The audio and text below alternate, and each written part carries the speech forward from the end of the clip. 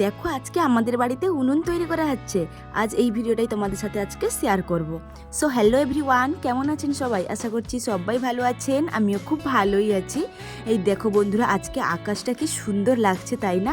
মনে হচ্ছে যেন পুরো শরৎকালের আকাশ। আর এদিকে দেখো আমার ভাই কি সুন্দর করে বাড়িটাকে সাজিয়ে দিয়েছে পুজোর সময়।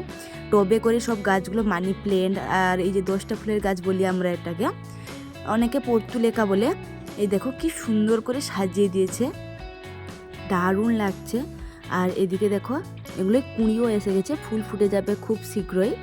আর চলো তোমাদেরকে দেখাই একটা জিনিস আকাশে। এই দেখো একদিকে আকাশ পুরো কালো মেঘে ঢেকে গেছে, আর একদিকে আকাশটা দেখো কি সুন্দর পেঁজা তুলোর মতো কি মেঘগুলো তুলেছে, দারুণ লাগছিল। আর এদিকে দেখো আমার দাদুর প্রায় উনুন বানানোটা কমপ্লিট। আমার দাদু তৈরি করছিলেন উনুনটা, কারণ আমাদের কেউই পারে না এসব। দাদু এসেছিলেন পুরোনো বাড়ি থেকে উনুনটা তৈরি করতে। সত্যি উনুন টুনুন এইসব আমাদের বাড়িতে কেউই পারে না। তাই দেখো আমার দাদু কমপ্লিট করে নিয়েছেন উনুন বানানো। তারপরে আমার মা কড়াইটা বসিয়ে একটু দেখে নিচ্ছিলেন কেমন হয়েছে।